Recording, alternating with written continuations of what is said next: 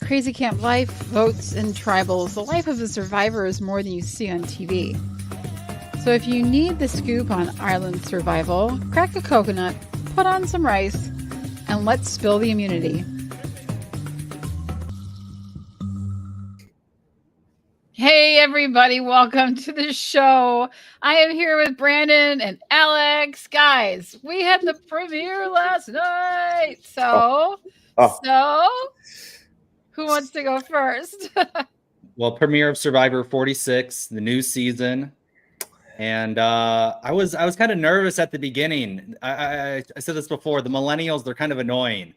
High vibe, it's all about the vibe. It's all, all this kind of, trendy language, right? And but at the end, I was actually like, wow, this is actually a good season. I'm liking the season. So, a little cringe at the beginning, but that's to be expected with millennials. That's how we are. But at the end, I was like, okay, this is going to be a good season. I think they voted off the right person. But I don't know. What do you guys think?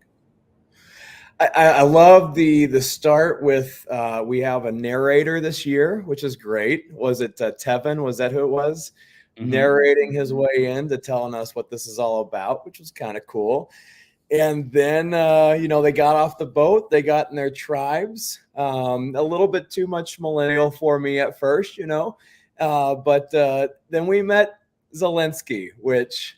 holy cannoli. If that was not a eulogy episode, I don't know what was. He made so many mistakes. Several, which is 7, right? 7 is several? Right. 7 is several. Yes, it is. It is. He made several mistakes. You're right. Yeah.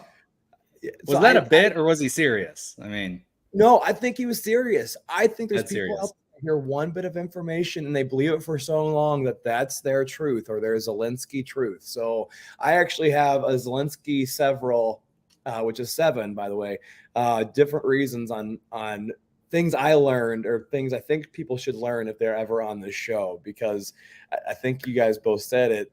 The editing job was great. And I think that I know a lot of these players really early, which is awesome. But there was definitely things people did and did not do to do well and to not do well in this episode. What do you guys think? Well, I mean, there was a lot of mistakes. A lot of mistakes by people being made, idle hunting right away, letting sleep deprivation and being too much information, sort of kind of a thing where it's like, yeah, I can't, my brain isn't focusing. I'm not listening to anything. I can't comprehend anything. I can't do anything that can dig you a hole real fast. And I think that the get-go, you have to push yourself, even if it's not comfortable. Oh my gosh. You have to make friends and you have to talk to people and you can't be by yourself. I think, we're going to see a lot of people making tight alliances from the get-go. I think we did. We got Andy Griffith. Okay. I'm loving the names of these little alliances. Yep. Charlie's Angels. I think Charlie's becoming a front runner and I'm not feeling it. All right. So it is what it is. But I think you were right, Brandon, when you said we started out with our, late, I don't know how old he is, but, an earlier version of Morgan Freeman doing this narration that I thought was absolutely brilliant. Loved it. They did really well when they first started. I think it was with Carolyn when they went to her and let her talk and really gave us that opening monologue from one of the players that I really loved. And I think it brought us right into it. I love that style, the way the production team put that together. So this was even more impressive. This was just pure brilliance. And I was immediately like, okay, I am going to root for this guy no matter what. I think he's going to be, Jeff went on to say, we're not going to have villains. I think Tevin's going to be that new age villain for us because he's ready to, he'll He'll put on some gloves when needed, and he'll also be your best friend. So watch out for that one. That's my first impression. Yeah, I'm not getting the whole we're not having villains thing that Jeff said yet. I think the really small girl already in the next Venus. episode, she's saying you don't want to mess with, pissy Venus or whatever. And really the second episode in, you're already like, so hangry that you're already a villain, if you will. And then I can agree with that. I can see how Tegan comes along and kind of does some villainous treachery. So I see that. Where do you guys think the first mistake was made? At least the one that they edited. Alex, what By anybody? The first mistake, like by any first by any thing where player? you're just like, okay, here comes the bad gameplay. Because Well, I mean, it was quitting on the water. Yeah, quitting on the water for sure. Throwing he throws the time, the hourglass, and it breaks, and now there's glass all over their beach. That's exactly what I thought. I'm like, what the hell are you doing? But does that mean that they get to redo the challenge and it's reversed? Like, is that what that means? Oh yeah, Right? no, not exactly. Smash the hourglass, but don't. What's wrong with you? I also think Zelensky, or what's his real name, David, right? Don't give yourself. We said this on the prior seasons. They come out there and they're already lionizing themselves. They're already, call me by my last name, Jeff, and I'm one of the greatest Survivor players of all time. You haven't even played a single day on Survivor. What are you talking about? Like, it's the audience's job to, contextual, or we got Poverty 2.0, reputation, right? Poverty 2.0. That was another mistake, was Raiden saying, pretty young, right? She's poverty. That's not really appropriate to say in 2024, right? You can't be, just because a girl is good, and now you even saw what was her name? Venus. She's like, hell yeah, I'm poverty. She's a strong female. She's beautiful, but she's also an amazing player. So why, that's not like an insult. That's not like a femme fatale type of archetype anymore. Like, that's an aspirational thing. And a compliment, right? When maybe 10, 15 years ago, people really were hard on poverty. They really didn't like her in the game that she played. So I thought that was an oversight by Raiden. I think what you do, though, when you call somebody a former winner and say that person just did this, that person just did a Tony, that person, I think it sets you up for allowing that person to have a target. So if that was intentional, that he was doing that to say, hey, watch out, be on the lookout, then all right, hopefully he knows his people well enough already, because some of these people thought that they could do something and be like, hey, watch out for that person, and that bites in the butt because later on that person says, hey, this person's targeting you. I think Soda did that, really caught somebody. I think it was Randon saying, hey, he got to watch out for him or her, and he told on him. And so that goes and bites you in the butt, which means make sure that you need to make sure you have alliance first before you start, pecking people out. I love Soda, by the way. I'm all there for Soda. I'm in the middle. I think she's going to be a great game player, but I also worked at a camp. I gel well with Hunter right now, and the fact that I liked camp, but the songs, like, oh my goodness, there's so many terrible songs that they're going to be hearing if she keeps that up. So many terrible songs. It could be really annoying, but listen, I want music around me. So I'll take whatever you got, right? And if you're going to lead it and you're going to do it, I'll play along and I'll enjoy it. I'll eat some ants and I'll be fine, right? Like, whatever it takes. I just like her enthusiasm. And I love the fact, listen, we know she prepared. She's like, I practice the flint every single day. I prepared for this. Like, it wasn't Carson. It's not Carson level of I did puzzles, but she prepared, because I think she understood that some of the stuff was going to be a struggle for her, and others where she could really excel, and knowing that fire making is the end all be all. Like, if you learn nothing else before you go on the island, learn how to make fire. Yeah. And I agree with that. I think that she's doing exactly what Todd told us last week, and that is, hey, make yourself useful, but don't be way too useful. And I think that she already has balanced herself out in that middle role quite well, with being able to produce the fire, but she's not going to be able to to move around like most people on that tribe, but she appears strong. And I really do think a camp background is very helpful. It's like a camp light almost, and you don't vote anybody off even though you want to. So she's going to be fun to watch. I agree. What did you think of her, Alex? Yeah, I don't know if we saw enough of her. I did, that's why I said it was such a mistake to kind of call her out to rate Randon to call Venus out, because he doesn't have that relationship. And so does a player. I mean, she's pretty smart, knows the game. Yep. So I think she's in a pretty good position. And that Raiden's coming to her, and but my kind of assessment of it, really, really young season. I mean, the oldest person is Maria, 47, and then you have Banu, right? Mm-hmm. And he's 41. Otherwise, I mean, it's like 30 somethings. I mean, Jess is 37, but that's one thing I really noticed about the season. It's very, very young, very, very young. And so I think the play is a lot different there. Yeah. How do we like the tribes, like the 3 individual tribes? I mean, what do we think? When you compare this to Australia, like it's like you go to tribal council, and we talked about this on the last season. We were talking about Australia. If you have 4 people and like you're already in a power alliance, and it's kind of easy to bring together 4 people because there's just 2 pairs.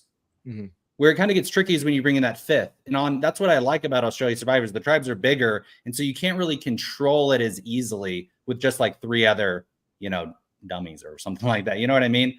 Right. So it's like it's like a final tribal almost, or like, we're getting to the end of the game when you have these, 6 people on a tribe.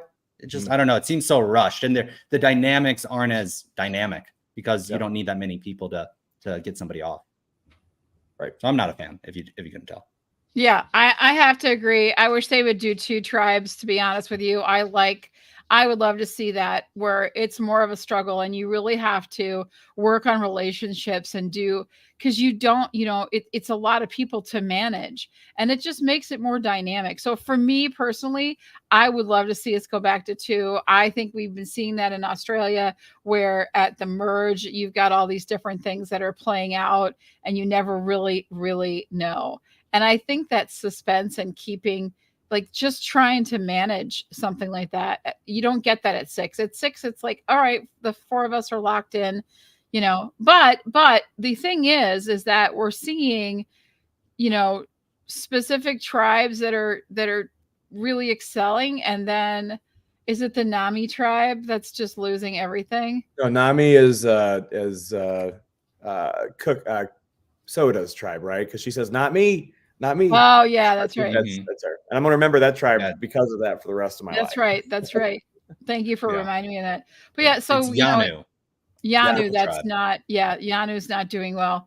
I have to get all these, it's one of those things where we're covering so much on here now. We've got 3 episodes of Survivor Australia, which we'll get to later. Yep. Plus we got this brand new premiere, and it was 2 hours, and next week is 2 hours, which I think I really like that I could get to know all of the tribes this week.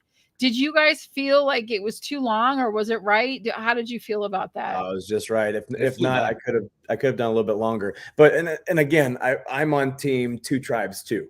However, I do think I got to know a lot more players because of this categorizing than I ever do in Aussie Survivor. There's still one person, I think, in Aussie after 13 episodes. I'm just like, all right, there's got to be one more I'm not counting right now. Yeah, that's true. You lose track. But I am on team 2 tribes just because the gameplay, I think, is a lot better. What was your guys' take on the new game thing with I thought Zelensky was in a kind of a lose-lose, like he said, and then he didn't help himself out by how he explained the game. But the fire and the vote token, what did you guys think of that? I thought it was a little bit much. I loved it. You loved it? I loved it. Tell me about that, because I'm on the fence. Get me off this fence. All right. Well, because we saw a different dynamic. Before they've said, okay, you've done this journey together, and now you're all going to split up and decide what are you going to do. And they don't really see each other after that, right? Until they meet up at whatever. And this one really, they all knew what they were going to get, right? They all knew what would happen. And they really had to, they had to be deceitful. They had to lie, or they had to And I just loved that. I loved how it played out. I loved how she was like, I'm really, you could see like, my gut feeling is this, but I want to ask more questions. And how good of a liar are you? And then what I thought was the most brilliant part of it is when she said, if you are lying to me and you cost me my vote, I am going to remember that. I'm going to tell everybody about that, I thought that, because that was not written in the game anywhere. No. And I think she broke that game because of that. Like, it was who's not going to say that now for the rest of their life? Like, if you say that, what move does Zelensky have? You know what I'm saying? You lied. What would you do if you were Zelensky? What would you do if you were Zelensky in that case? I would have lied through my teeth. I would have lied through my teeth. Yeah. It's a game. It's a game of deceit. And that's why I was always, when Jeff says we're not going to have any villains in a game of deceit. Right. Well, this is, I think, them kind of forcing them to lie more blatantly and to play the game and try to engage them in the game. And then look at these millennials. They like, nope, I'm out of it. I'm not going to play. I forfeit. I don't want to. And yeah, just a huge mistake by who cares? Cross that bridge when you get there, dude. Look, you just got voted off first because you didn't have a vote and you didn't have an extra vote. I mean, it was just, to me, and Q said this. Q's the real estate agent. He's like, he's just a quitter. And it did seem, I mean, 3 examples of him just really just rolling over and quitting when things got hard. 3 hours anyways. Like, you're not doing anything else on that island. So it did seem like the challenge was kind of impossible, though. I mean, did they really have to fill up the entire urn? Are they not allowed to plug up the bucket? Like, can they? They were holding it kind of back and plugging the holes and walking. But if they actually had to fill up that in like 2 entire urns, I mean, it did kind of seem impossible. Take your shirt off and tie it around the bucket. Yeah. And take a full bucket up there every time. I mean, what are the rules? I mean, that's the thought that came to my head. Like, there's holes everywhere, and it says you have to take this, you have to fill this bucket, and you have to fill these urns, and you have to go back and forth, and you can take 1 bucket at a time, obviously, because that's only had 2 buckets. So what do? Like, you plug the holes. Because that shortens the amount of trips that you have to make. You're going to go a lot faster. All your effort is going to fill those urns. I think if they had thought about it a little bit, but he was just so quick to be like, we just can't do this. And in a game where Jeff says, never quit, never give up, dig deep. And they said that, Q said that. Jeff says, dig deep. You have to dig deep. Like, think about how you can solve this. You have to solve it, even though it's the sweat. You have to somehow solve what you're doing, right? The one I didn't get at all was the savvy, and I don't think they gave us very much to understand on that, because they showed us everything and kind of explained it a little bit, but then they never showed us like how they were going through and marking things off and where they were. Like, I wanted to see the board more and understand what they were doing. And then in the bottom of the board, it says, dig deep. No, in the remaining letters, it says dig deep. So if you find all the numbers, then whatever's left on that board, it says dig into the, like, underneath or whatever. Right. So they were crossing off all the numbers to say, oh, these are the potential numbers, but it was actually to cross off all of the numbers to reveal the words, the few letters that are left. Right. But that's a big clue. I think they should have dug somewhere for that's how I looked at it. If it's telling me that, then I might take a minute to dig. I'm saying. I know they looked under. I don't think they're comprehending that. Yeah, they didn't. But there's always more to the story. There's always something hidden or some way. I mean, you never know, but I would love to know. That would be a question I would ask Jeff. Tell me about that. Savvy challenge. It was. I love the challenge because I think it was the first time that they actually used another element to one of those savvy challenges. It wasn't just figure out this thing, but then now you have to do an action to go find that thing. And I thought that was great. And I also love the immunity idol idea this season, hiding it and then having to go wait until after you lose. So it kind of gives you the reason to want to lose a challenge, to maybe even throw it for some people. And I thought that was. and the little clues. I thought there was a lot of good stuff that was happening with that new idol. Yeah, I did the like idols the on video. American Survivor. They're always like, you know, they look so bad, you know, compared to Australian Project, Survivor. yeah. It's like a crap, worse than a crap. Yeah, it's like the little bracelets you make when you're 5 years old, right? But we're continuing with lock boxes and keys again. It is a thing now. So she should have just slammed it on the ground. Right, just like they did in Australia, like Mark did, right? They have in a bigger Australia. budget than American Survivor. Those things are ironclad. I will compliment them on the challenge. I thought the challenge was, I like the big giant gecko. That was cool. I want one of those. Yeah, that's my couch. Maybe not that big, but you need to go to a carnival. That's where they're at. Yeah, that's true. Go spend the 45 challenge, and you saw how the millennials struggled with the physicality of it. And like, there's no really big guy. There's no Jonathan. There's no Jaden. There's no, I think Hunter, who's the small town teacher, is like the biggest person on, strongest guy. His team ended up winning that kind of because of that. But hey, you saw how much they struggled. I feel like on Australia they were just like throw it over. It'd been easy, but none of this. That gecko would have holes in it. It'd be ripped to shreds. They would take out the stuffing and then just throw it over the fence. There was another guy who was stronger, right? Isn't there a I guess not. I mean, it's a pretty weaker season. There's not a lot of super strength on there. I think Q is pretty. I think he's super strong. I think watching him run what was he running? Trying to run a 40 on the football field. That was like, I know what you're doing. I thought, he's got speed. He does have strength, but he doesn't have. I mean, we see this with these big guys. They do really, really well in some challenges, but other ones they have because of all that mass and size for staying on something and holding up their weight after a while. It can be wearing on them.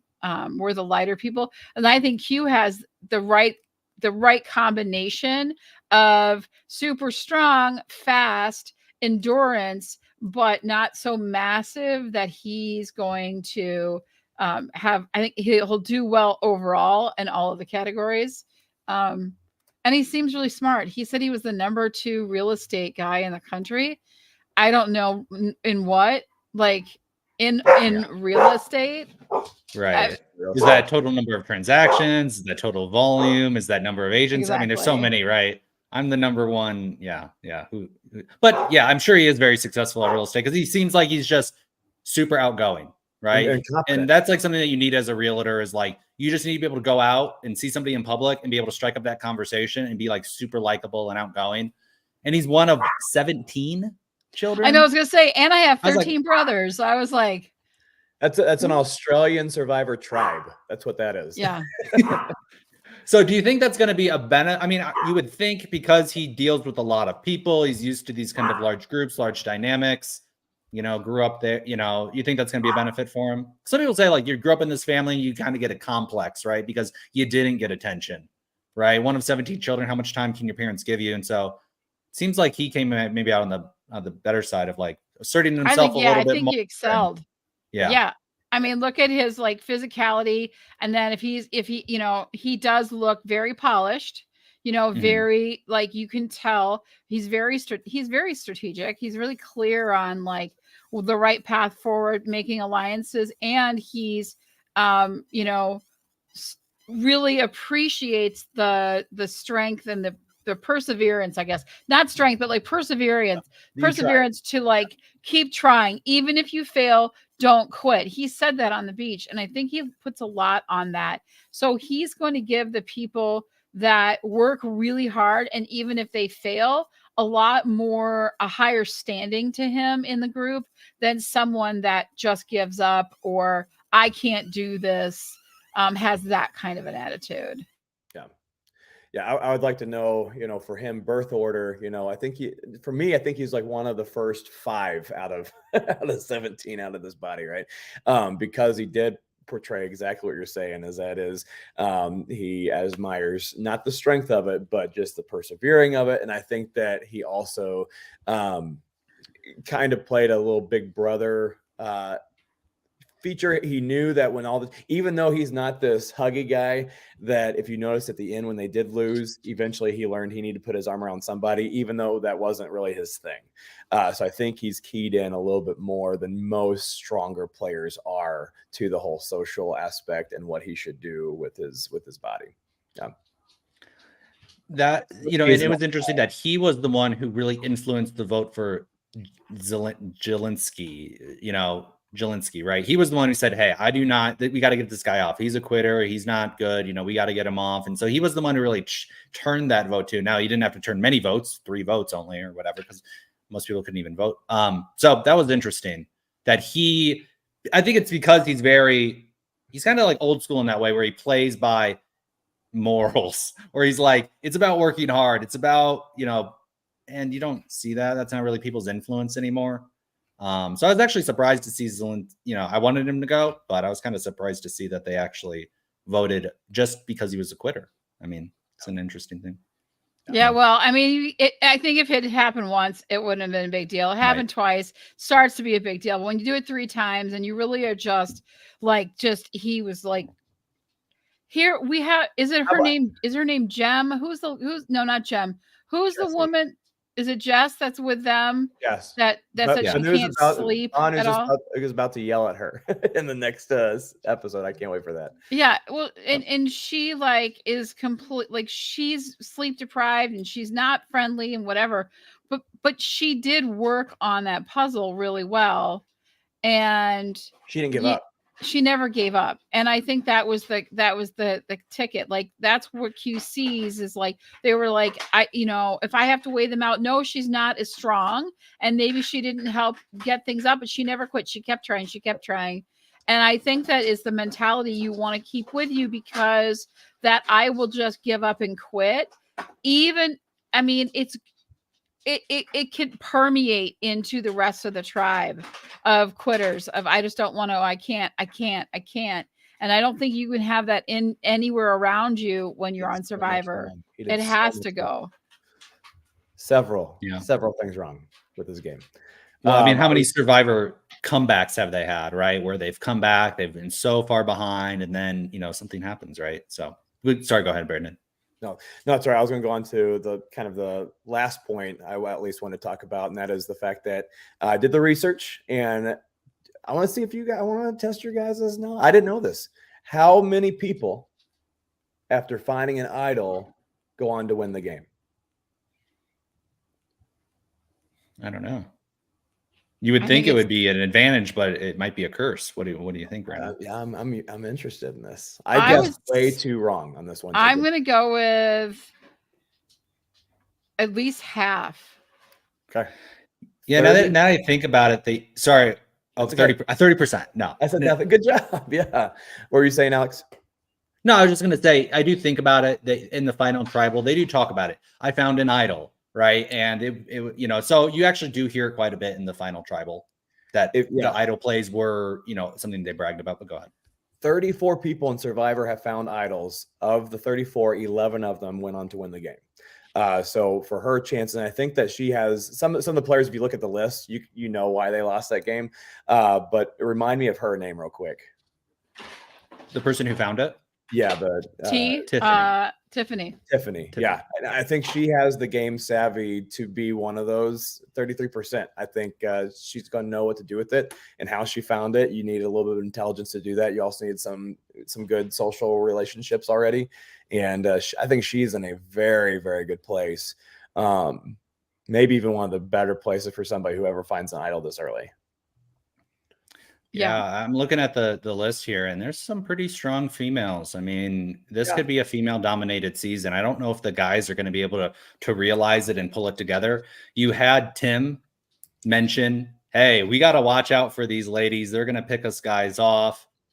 But I don't know. When I'm looking at the guys and I'm thinking, are these guys going to be able to work together? I'm not, I look at somebody like Kenzie, who she seems to have a brain, she seems to be pretty sharp out there and not affected and getting along with everybody and getting along with the girls and getting along with the guys. So I feel like Kenzie and even Soda and Tiffany, I mean, these are pretty strong, female players. Yeah. Well, the Guy Alliance names like Andy Griffith Alliance and Dumb and Dumber Alliance, like the guys might be in trouble. Yeah. I think they're definitely going to be in trouble this season. I think we have a lot of strong women, a lot of savvy women, a lot of women that are going to get physical. I like Maria. I think, is it Marie or Maria? Yep, I Maria. like her a lot. I think she's tenacious. I think she's incredibly, like, that question that she asked, the way she did that at that journey was just really like telling of how strategic she is. I don't know if they're going to pay attention to the way she, like, if Tevin understands what she just did there. I mean, there's that relief, like, I'm getting an extra vote because she believed me, and then he caved. But it was really her question that did that. And the way she, that statement of, I'm going to destroy you if you're lying to me and you put me at a disadvantage. And I think if he's smart, he'll connect with her later. But I really like her a lot. I really I like Tevin. Those are my two favorites so far this season. I do like Soda as well, but I don't know if she's going to have what it takes to get all the way through. Like you said, the camp songs, there might be some things about her that gets a little annoying. She is used to talking to younger children. That might start to be a problem because you kind of get in that mode of, let me show you what we're doing today. This is how it's going to be. And we don't want to be talked to that way as adults. So, but I'm curious to see where you guys are leaning in this as we kind of round up our premiere episode of Survivor 46. Who are your front runners for you? I do like Tevin. Tevin kind of has that jam energy. So likable, infectious. He's an actor, so he even has a one-up on Jam in that regard. He's just like so gregarious, so out there, and he's narrating the season. Maybe he'll be like King George, will go to the end, and then they'll get him off because he is such a threat and he is so likable. It was interesting what Jeff said at the beginning. Some of you standing here, no matter what you do, you can make it to the end and you will not win. Well said. I love that. And I was like, okay, that's very interesting. Maybe that is foreshadowing. He doesn't know ahead of time, obviously. But I was like, okay, that's very interesting. Maybe that's setting up the end. But so Tevin, I like Tevin. I think Kenzie, she seems really quite smart. Like I said, she's kind of bouncing around. She could be too much of a threat because she's kind of that above average in all categories type of thing. Maria's kind of the Mama Julie, right? She's a little bit older in a really young tribe. And so people, mom too, people are going to gravitate towards mom and like mom. She's don't strong. Call me mama. She said, don't call her mama. Yeah. I think that's what Julie said too. And then look what happens, right? So, yeah. So yeah, I mean, I think I like Kenzie at this point. I think she's playing a pretty good game, but we'll see how it goes. She might be too much of a threat once she joins the merge. I did put in my notes to watch out for Maria. There's a couple of things that she said that made me think, okay, like, is this what production wants me to see? Because there's something in the long game that's going to take place, which means she's a part of that long game. I did like Tevin. I liked Q. I think I liked more players at the first episode this season than many seasons. And I think that this is the exact group that you select on your show if you're doing this for a all new people season. I really do.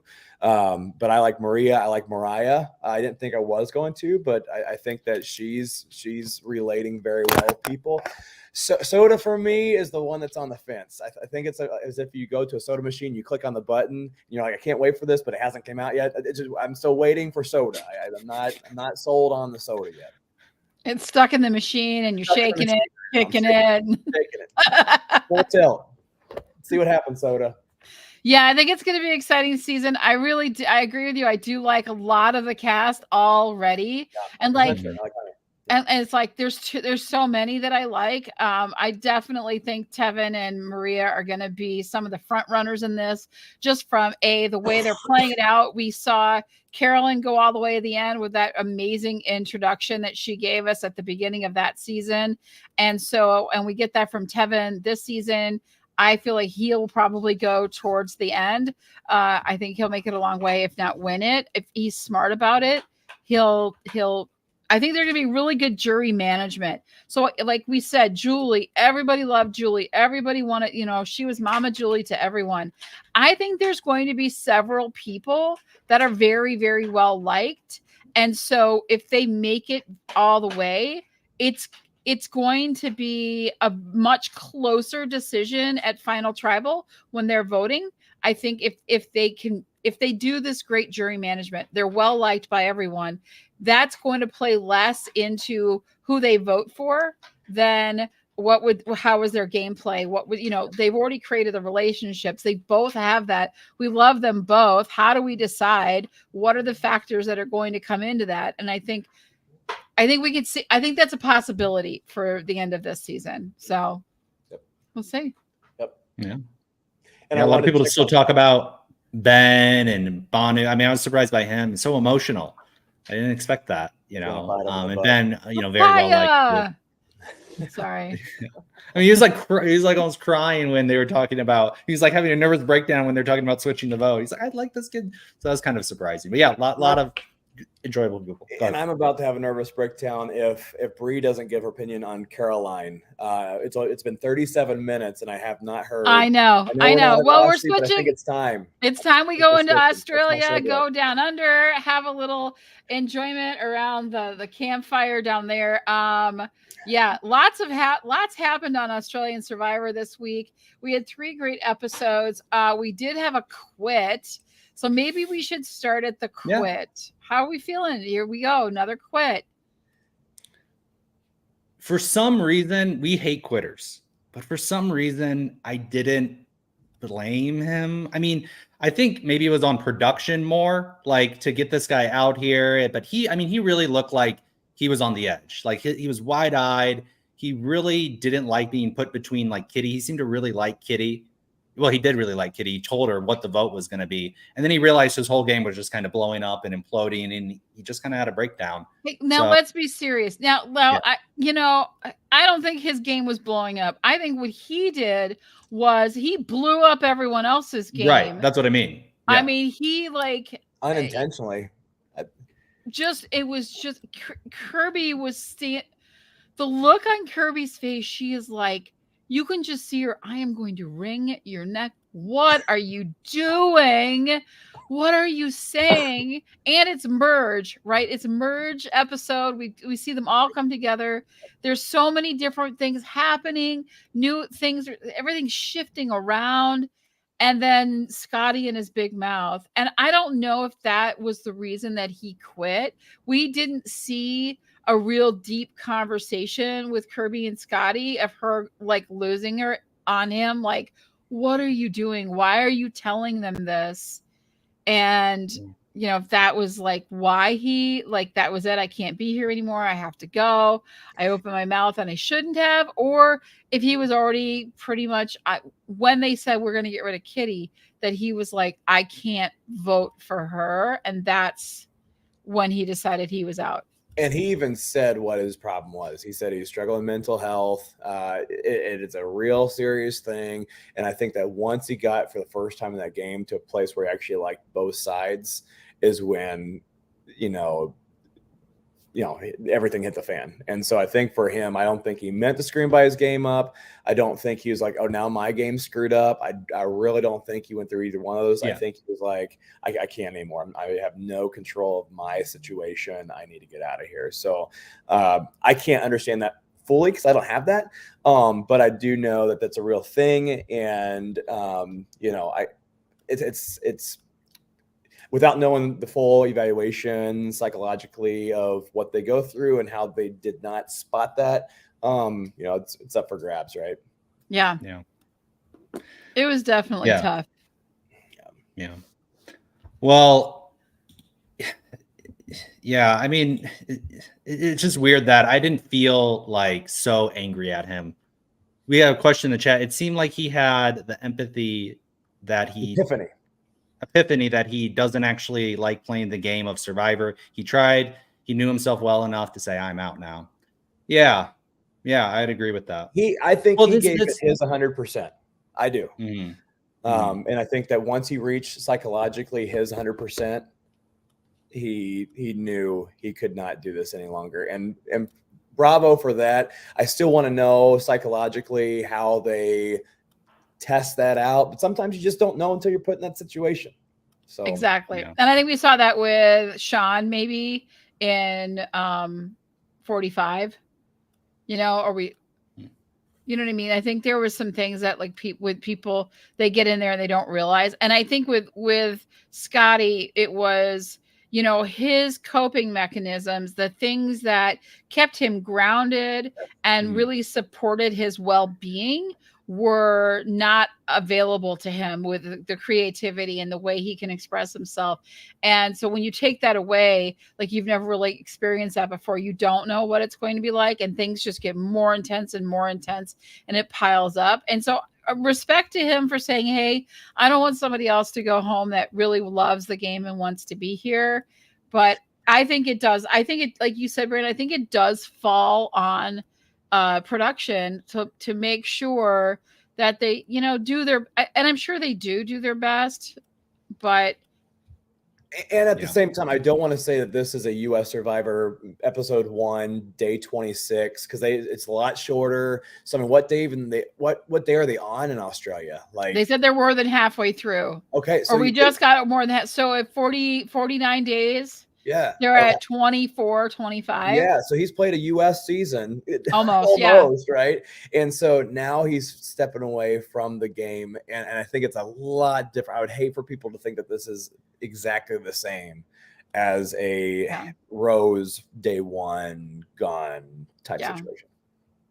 Yeah, I agree. So good on Scotty. I wonder if he does, regret it if he goes back. I'm sure he's fine with it, but I wonder if I'm sure he's fine with it. I think he's actually feels pretty good about it. I would feel good about it. I mean, it wasn't the tragedy. I think the only thing that it did was it kept Kitty in the game a little bit longer. Is he on the jury? No, they haven't even started the jury yet. They haven't started the jury yet, which should be soon because they are at 11 now. I think we're at 11 now. After that, so we should be at 11 players left. I want to get into, there's a couple things we saw in these 3 episodes. First of all, where do I want to start? Carolyn. I'll start with Carolyn. I've held you off long enough. I'm really not. I still am just not finding her enjoyable to watch. She's not giving me anything villainous. No. She's just giving me the smugness, and I just don't like I don't know what she's like in the real world, but like in this show, I don't like her. I don't at all. And I love that she's getting into these fights with Valeria about Nathan's jacket and who gets to wear it. And, you know, she's claimed it, but she was the reason that he left. Like there's a lot of, I don't know. There's a lot of things about her. I do like the fact that she's now in this position where things aren't going great for her and Kitty. I think Kitty's a tremendous player. I'm always impressed when I see her. I think Carolyn was not the right alignment for her. I think it's going to be the death of both of them. They'll both be voted out soon, I'm hoping. But I have to say my favorite, I always find a quote from the episodes. That's my favorite. And this, out of these 3, my favorite is imagine having to go to a barbecue with Carolyn and Valeria. And that was by Raymond. And he just laughed. And that laugh and the chuckle that he gave afterwards kind of said it all. So I thought it was an interesting. What was your favorite part? And what do you guys think of Carolyn and Kitty at this point? Alex, I'm going to give this to you because I feel bad that your guy left. Yeah. Well, you know, so it was a couple of interesting things that happened, right? So Ferris and Aline and Raymond voted with the OG Titan, or I'm sorry, the OG Titans to vote off Winna and to kind of weaken Mark, right? And I didn't really like Winna. He left, like he even said it himself, like 5 servings of humble pie. Like he was the most cocky, the most confident in himself, and then that's when he gets voted off. And I really liked that play. I thought it was a super smart play to kind of weaken Mark because he was really strong with Valeria and that whole alliance. Then, man, this really came back to bite him, because on the next episode, Eden comes out of the woods from hiding, and he finally has a plan, and he's really, really impressed with his plan. This was his downfall.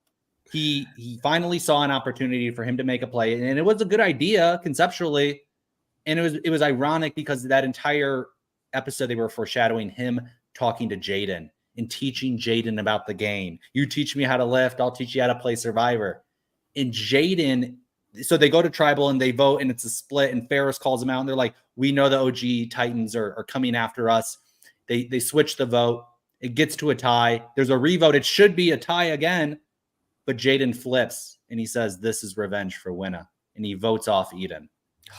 And I didn't expect it. I was like, full circle. Wow. Yeah. Awesome editing with him at the end.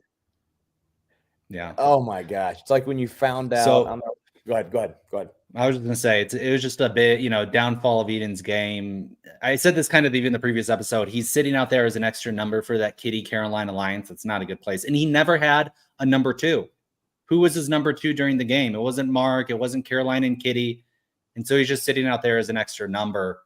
And I think if he did have, I think he thought Jaden was his number 2, but a big oversight there to vote off Winna, and then to not kind of understand. But Jaden's super hard to read.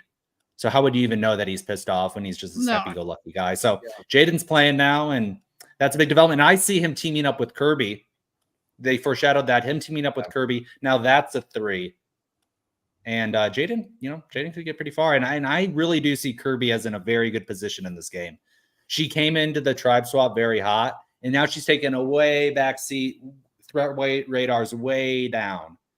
So very smart. And Ferris is in a good position too. Yep. Yeah, I think Ferris. Now Ferris, with his looks that he gives at the top of his, when he dips his head down, he's like, he looks like the Grinch. That's what the Grinch does, and this big smile appears.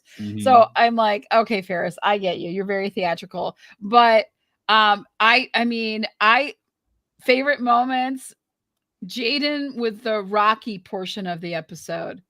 I kept hearing doon, doon, doon, doon, and he was like, no one was up yet. He's running on the beach and he's lifting like crazy. And he's like, I'm ready. I'm going to go fight this. Right. Like, it was like such a Rocky moment. I loved it. I'm there for that all day long. It made me so happy. And I think Jaden's just been like, hey, why do I want to make myself a big target? I mean, I'm a big guy and I can carry 2 people under my arms, and I can bench press all of y'all standing on my head. So he's played it well. And I think people aren't expecting this. And this was why that was such an epic moment when Eden was gone, because, I think he had that in his brain the whole time.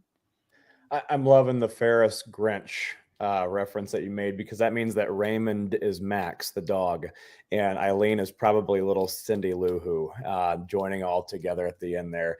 And maybe we'll see that because everybody loves Raymond. Everybody loves Raymond. Funny guy. I love that part. And I will admit, I was the one who wrote Jaden off of us 3 4 weeks ago. What an amazing, if he did this intentionally, what an amazing way to play such an undercover, stupid game that everybody bought it.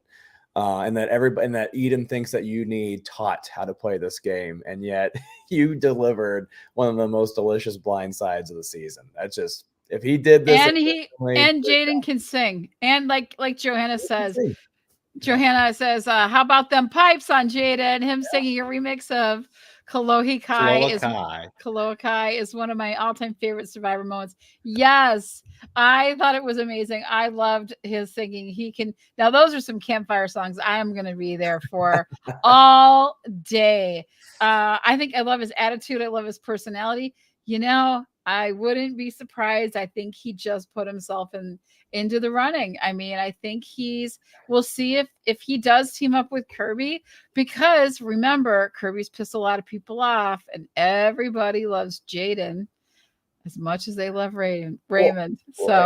And not only that, but Jaden had a reason to vote the way he did. When you vote for somebody and you miss like Mark, or you miss like somebody else, now you look like a bad guy. Jaden looks like, you know, the vigilante or the guy who comes in and saves the day because something bad happened to him. And that's a great way to look at this point in the game. Is there too much Survivor left? We'll find out. Well, is Jaden even going to say? Because he might pin it on Valeria. That'd be awesome. Because Valeria is so right. Or so Mark, maybe he even says, what do you talk? You know, he's like, I just voted what he said, or, you know, so it'd be interesting to see if he lies or he's just like, no, that was for Winna. You know, poor Mark can't catch a break. I mean, how many votes has he won? How many votes has that guy won? Yeah, Mark is, you know, and I like Mark, but I do see, you know, we're not calling abandoned ship yet, but there's definitely been some hits on that battleship. And my thing was, I think I was surprised to see Valeria's move in this. Yeah. That I think for me was the biggest shocker of the week, was how she so quickly picked up arms with the people that took Viola out. And so I don't get it. I just don't get it. That like surprised me. I think they'll think that she's the one that wrote Eden's name down. Yeah, because I don't think she had any heartstrings coming into this. And then that was the move to say, okay, no, I'm going to bring it back together. We're going strong on this. And I was, you know, impressed with Mark's game on, you know, he did exactly what he needed to do, even though it seems stupid to have Valeria and Caroline on that picnic. But he's just one person too short this whole entire game. One day too short, one person too short. Wow. Yeah. Well, it did speak to Mark's diplomatic abilities to, you know, get Caroline and Valeria back on terms, and they did vote together. And it was an interesting thing when Jaden was telling the plan to Caroline and Kitty. They were really nervous. They really wanted to get off. It was Mark, I think, right? Yeah. Yep. And they said, we'll have the numbers. And then they're like, oh crap, you're right. We will have the numbers. And it's interesting that Jaden, you know, maybe he isn't playing as, you know, it was a move from just emotion, right? And so he could be messing up his game too. But if the one saving grace is that Ferris and Kirby, you know, they have worked together. They don't like working together. And so there might be that ability for Jaden to kind of take that Ferris, or Ferris becomes too much of a threat because he does have, you know, two really solid people. So that's his one saving grace. But I mean, if he just stayed with OG Titans, they would have the numbers. They could have voted everybody off. So I mean, it's not a very good play by Jaden if you're just looking on how to get the farthest into the game for him. But if you can team up with Kirby, then I think the thing is definitely to team up with Kirby, because Kirby wants two things. She wants to get rid of Carolyn and she wants to get rid of Kitty. I think that's a really smart move. You've got to get rid of one of them as fast as you can. That has to be next vote. One of those has to go. And then, you know, if you pull Jaden in, right, if you get, because she lost Winna, who was kind of like in her corner. If you pull Jaden in, then you're in the right position to go after Ferris. I think we will see that showdown between Kirby and Ferris. I hope that they hold off just a bit to make sure, like I've seen in a lot of chats, let's make sure you have Rebel numbers still intact before you start annihilating each other, because all the Titans have to do is just sit back and watch you guys fight it out, duke it out, and then they'll come out on top and get rid of all of them. I think that they have to. I think bringing in Jaden, I think he's going to tell Kirby that he's the one that did the vote. I don't think he'll tell anyone else. I think he's going to go to her and be like, listen, they thought I was with them, but I am not, and I'm going to be in a secret alliance with you. And I'm going to stay with that as long as I can until we make it known. And then I'll help you get Ferris.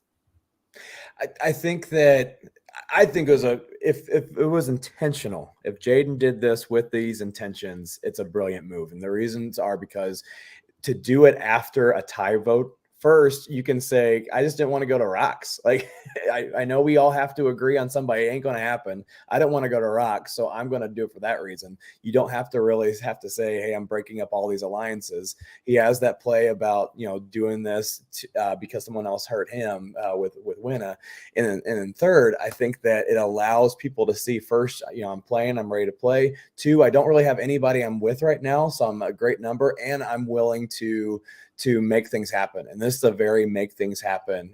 Australia's a very make things happen type group of people. So I think Jaden did it at the right time. And I think that especially doing it after a tie vote, if he meant to, that was brilliant as well.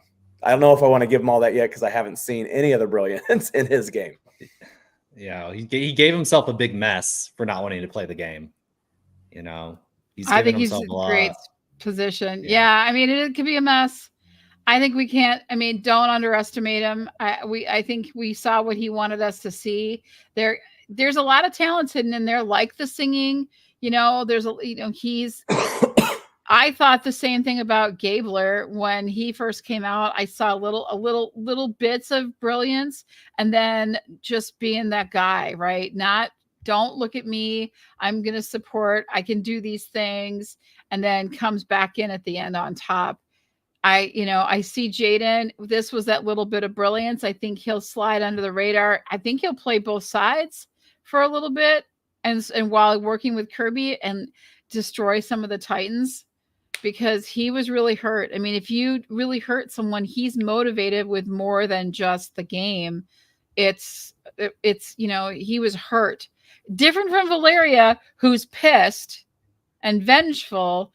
Jaden had his heart broken because that was his dude, and like they were tight, and so you took that away from him. He's going to keep coming, and he can go through walls. He's a pretty big dude. He'll just put you under his arm and carry you out. And that's why he might be in trouble, because no one's needing a pretty big dude around. And so when you are a pretty big dude, the rules change exponentially for you. And I think that you have to do these moves at the exact right time. And that's the question. Like, do we have too much Survivor still to be played for him to stay in? And I'd like to stir the pot a little bit, but why do you think that Valeria's came off pissy and his came off hurt? What is, what I'm saying? I think it's just the way she said it. How she acts. Okay. Yeah. How she is saying, I'm coming after her. You did this to me and I'm going to destroy you. Perfect. And she tames wolves in Russia or something, like she trains wolves over there. But and then Carolyn, oh my gosh, I laughed so hard. I thought of you. I was just like, wow, what? Get off your, I don't know what horse she is on, but it is one-liners, man. Yeah. And they're just, but they don't land. I'm sorry. I'm just not a fan. Not a Carolyn fan. Yeah. There's no sweet Caroline in my life. So where are you guys? Okay. We have a couple more minutes here. Where are you guys at as far as who goes? I need to keep track of what we've said before, but who goes and who stays the next three? Yeah. What did we say last week? I got to go back. Yeah. Someone said Eden stays. I think Todd and you, Alex, said Eden stays because he was laying low and he was doing good things, and that didn't happen. Should have kept hiding in the forest, not playing anything. Yeah, I know. Yeah. I don't know who I thought would go. I thought maybe I didn't pick stays. I think I said Jaden stays. Yeah. Mm-hmm.